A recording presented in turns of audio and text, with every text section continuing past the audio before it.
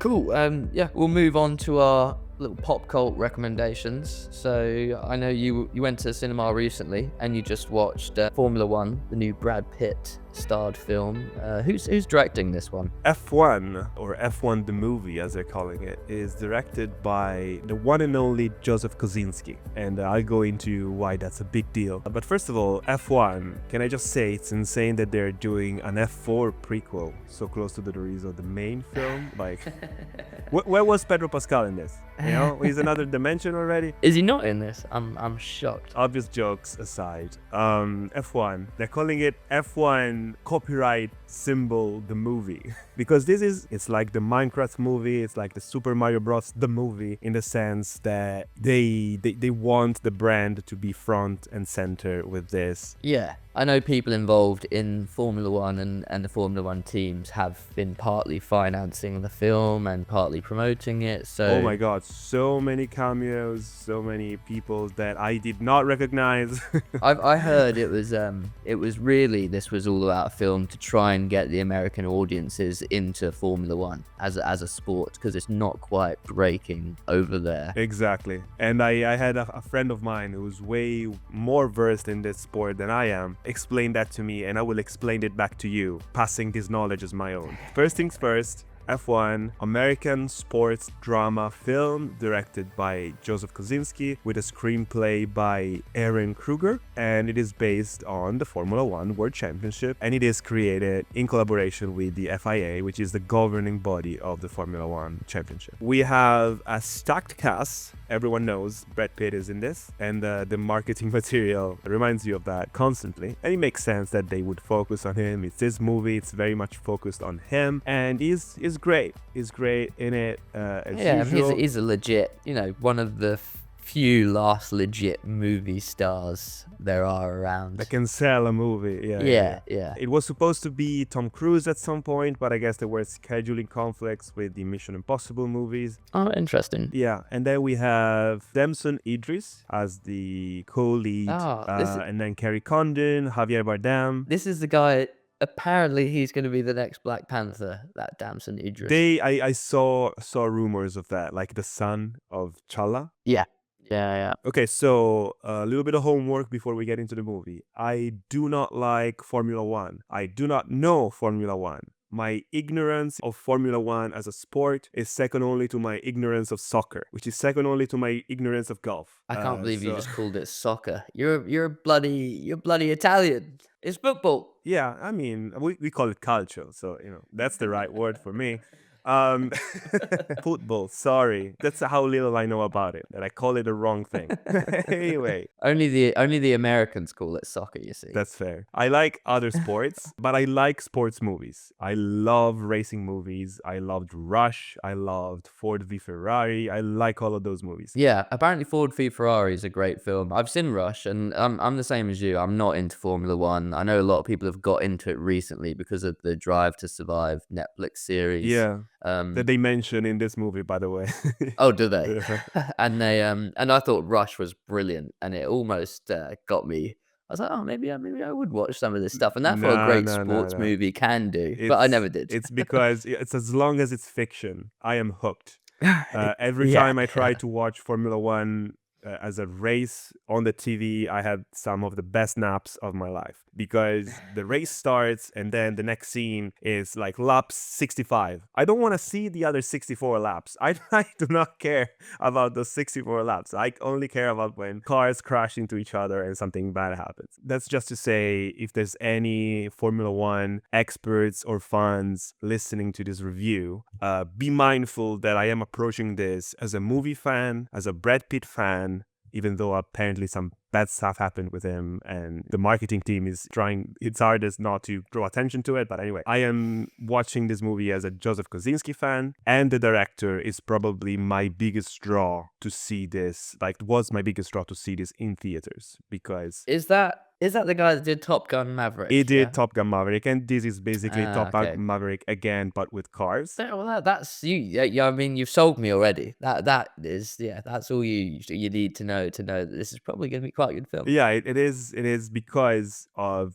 this team. The screenwriter is the same as well, and Joseph Kosinski. I wouldn't call him underrated because he has worked on some pretty massive movies, but he's not a household name. I had to remind you what he did. So, but Yeah. but I do love his work, and he is in that pocket of consistently fun, entertaining blockbuster movies. He directed Tron Legacy, which is a great underrated movie in my opinion. He has done Oblivion, which is another great sci-fi film with Tom Cruise. Is that good? Is it? Well, I mean, it's very derivative, and the plot is like a hodgepodge of Wall-E and The Island and Moon and Blade Runner, Matrix. Right. Like, there's so many movies that are like thrown into the plot of Oblivion. But it was a great fun. Like, it's shot immaculately. I really enjoyed it. I mean, it's not very original, but if the movie is entertaining, you don't really care about that. Yeah. But this is kind of like a thing with all of his movies. Like, they are not like creatively some of the most amazing stories that you've ever seen, but they're consistently fun and enjoyable and fast-paced. And most importantly to this review, as we mentioned, he did Top Gun Maverick, which is the popcorn movie of the last few years. Yeah, and like you said, that is as formulaic Yeah. as a story gets, but it's just the execution of everything is so on point and so perfectly done. That I was so surprised because I've never even seen the Yeah. original Top Gun, and only because of the hype Top Gun Maverick got, I was like, okay, I'll chuck this on, see what it's like, It's and I was amazing. blown away by how good it was. I was just so entertained. It was like, yeah, like you said, it's one of the most entertaining films I've seen had seen in a long time. Probably one of the best films of that year when it came out. Yeah, I thought that was really, really unexpectedly good. Yeah, that was a fantastic action film with incredible cinematography, amazing stunts, stuff we've never seen shot in such a way. It's like the dead movie to end all dead movies, which is something that everyone has said, but I do agree with that. And also, I was looking at Joseph Kosinski's filmography for this, and do you know the Gears of War Mad War trailer we recently discussed in our video game movie ranking? No way. He directed that too.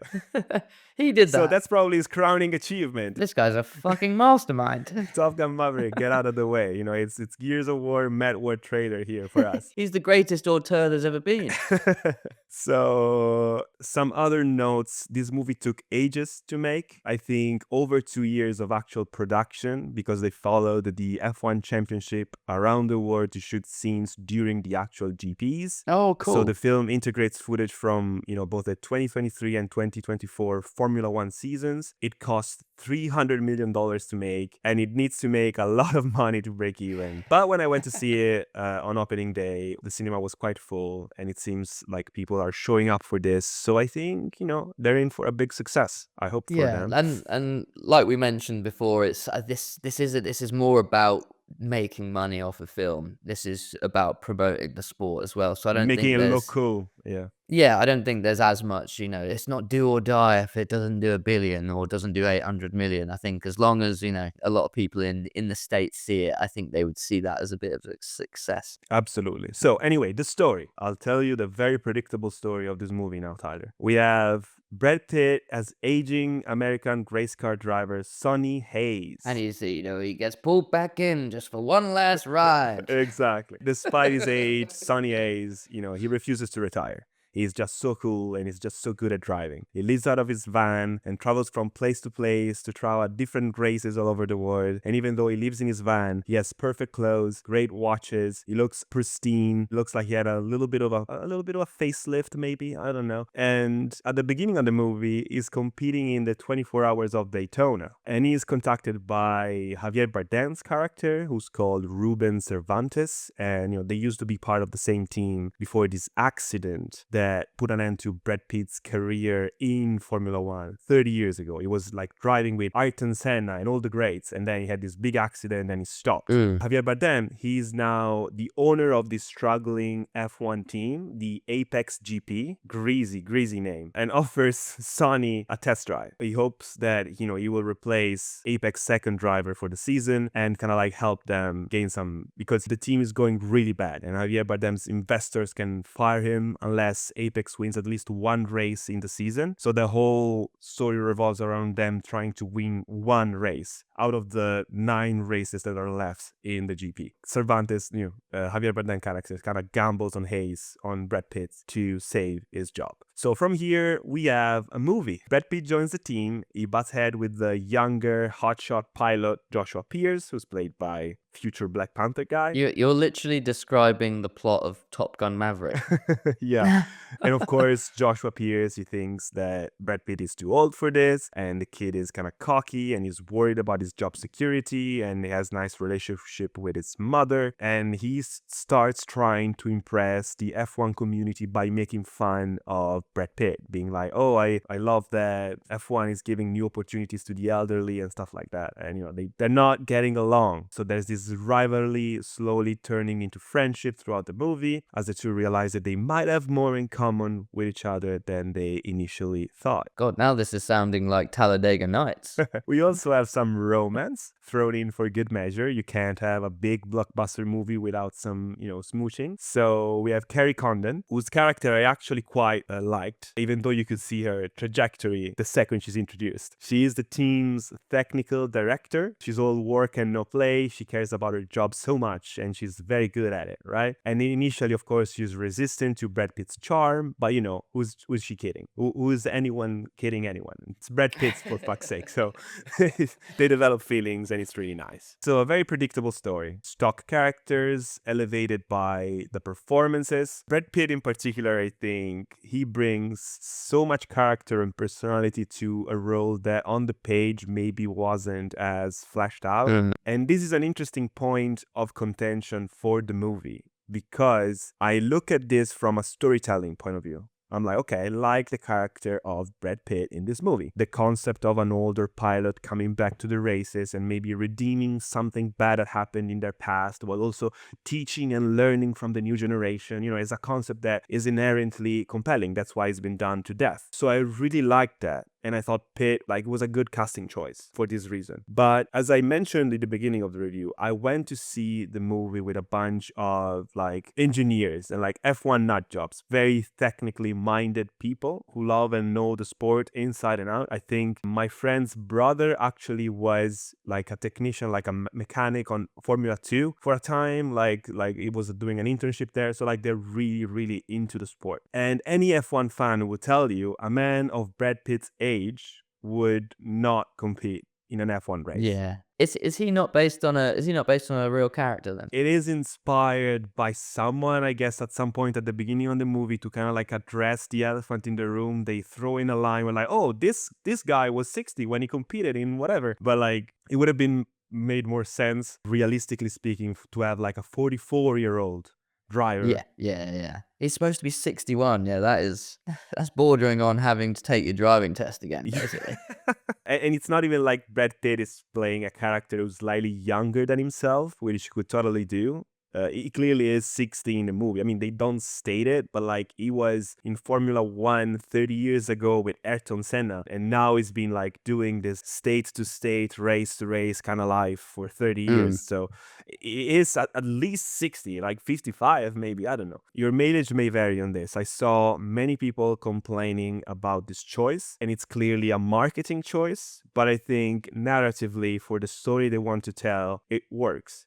It wouldn't be the same if we had a 40-something driver coming back to the races after 5 years. Yeah. It doesn't have that impact. Outside of the world of sports, we see 40 as still young, still having plenty of opportunities to do stuff. So I guess the point is, maybe if you want to tell a story in the F1 world, tell a different one that makes sense in that world. Don't tell the story of Top Gun Maverick, but with cars. But, Yeah, I suppose if you're trying to appeal to the mass audience and you're non-Formula 1 fanatics, then they, like you said, they wouldn't bat an eyelid at that. They're like, yeah, I suppose if you were a great driver, you'd still be a great driver in your 50s and your early 60s. Why not? Why couldn't you do that? But yeah, just reaction times. It's a young man's game, just like most sports are. Absolutely. And, Top Gun Maverick with cars is fucking awesome. So, there's that, like it depends on how much the realism of what's happening on screen matters to you. And another element of contention, speaking of realism, that I would not be aware of, if not for my expert friends, I should say, is that the car they use in the film, the Apex F1 car, is not an F1 car at all. It's actually an F2 car. And they chose the F2 car, I think, because they had to. Like, driving an F1 car is not something that anyone can do. And also, I think, for how they planned to shoot the races, that there's a lot of, like, on the car, kind of like cameras. Yeah. Locked on shots, very realistic looking. Yeah. Exactly. They did a lot of shots, like probably they had like trucks with cameras following the car, going slower, and then they sped up the footage, I guess. So they had all these techniques, and the F2 car was just more manageable for the kind of like stuff that they... That's quite funny because even in Top Gun Maverick, they do the same thing, but they have a plot line. They have a line of dialogue which addresses why. They're like, hey, we can't fly the newer jets. We have to fly the old F-15s or whatever they are. Yeah. And it's like, because we can go under the radar with them and things like this. But it's like, no, I think you can't fly the modern jets because there's only so many of them in the world and they're all in use. So you have to use these ones. Absolutely. But I felt like it was an interesting tidbit because the F2 car is obviously smaller than the F1 car, right? So I think this choice was also made, or it made sense once they decided to go this way, to give the Apex car that underdog feeling a little bit more. Like, visually, they are the suckiest team. They can't win for the life of them, and they even have the smallest car on the track, because the other cars that we see on the tracks are F1 cars. So the F2 car is visually the underdog. Like, it's like the smaller black little, like... So, it probably was also a stylistic choice as well then. Yeah, so, outside of all this, Hans Zimmer's score adds a lot. Of course. Oh wow, I didn't realize he was involved. Yeah, like this, they have everything. Apple TV production, by the way. I don't know, like, where they get the money. This is an Apple TV production. This is an Apple TV movie, and it's a real movie. It's the first real movie they've done. No, I don't know. I'm not sure, but like, it feels like a movie, and it's an Apple TV production. And the Hans Zimmer score is fantastic. The intensity of the races is really sold through the music as well. So I really love the score, and also a bunch of really cool needle drops in the movie. Great song choices throughout. It was engineered in a lab to be a pleasant, safe popcorn movie that everyone can enjoy, and there's nothing wrong with that. Well, I mean, like we said, it's there's so much subversion of the Hollywood tropes, or the blockbuster movie in so many things you see now, that actually seeing that more formulaic, genuine story, which is exactly what Top Gun Maverick is actually like quite refreshing these days, and it's very enjoyable. So getting back to that formula definitely works. Absolutely. It's a big, loud, crowd-pleasing blockbuster, and it's fun, and it's fast, and it's compelling. The action is incredible. The story is serviceable, as we mentioned, as you can probably gather from my summary of it, but you get caught up in it while you're watching. That's the best thing that the movie does, because obviously it's not one of those movies that will stick in your mind for a long time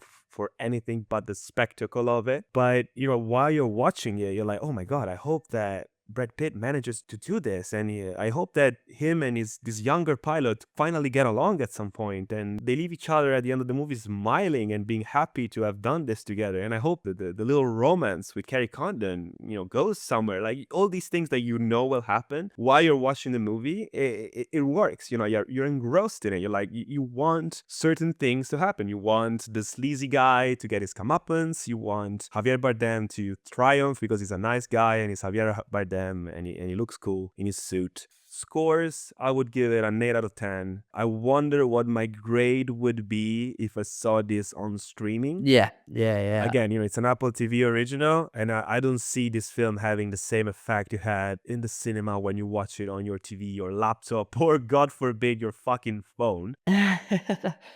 Insert clip of David Lynch trashing movies on phones. Exactly. It's such a sadness that you think you've seen a film on your fucking telephone. Get real. I actually watched Top Gun Maverick on a decent sized TV at home. Oh yeah, I rewatched it. It was fun. It's still fun, but like the rumbling of the engines. Yeah, maybe it would have been better at the cinema for sure, but I still thoroughly enjoyed it watching it at home. So I'm sure this one would still hold up. But like you said, yeah, to get the full experience. But anyway, if you're looking for a safe, fun time at the movies, you can do a lot worse than this. I mean, I don't think anyone is going to watch this expecting an incredible story. It's a very serviceable, by the numbers plot that's elevated by great performances, great charismatic actors, chewing the scenery, doing their thing, and fantastic action sequences and like great racing, shot in very compelling and interesting and intricate ways. I was sold. There's one tracking shot that they do at the very beginning of this drone footage that slowly moves into the truck race, and then it kind of like nears this car, and then it gets on the car, and you are in the car with the guy, and like I was okay, I'm gonna love this movie. I don't care about any of the criticism.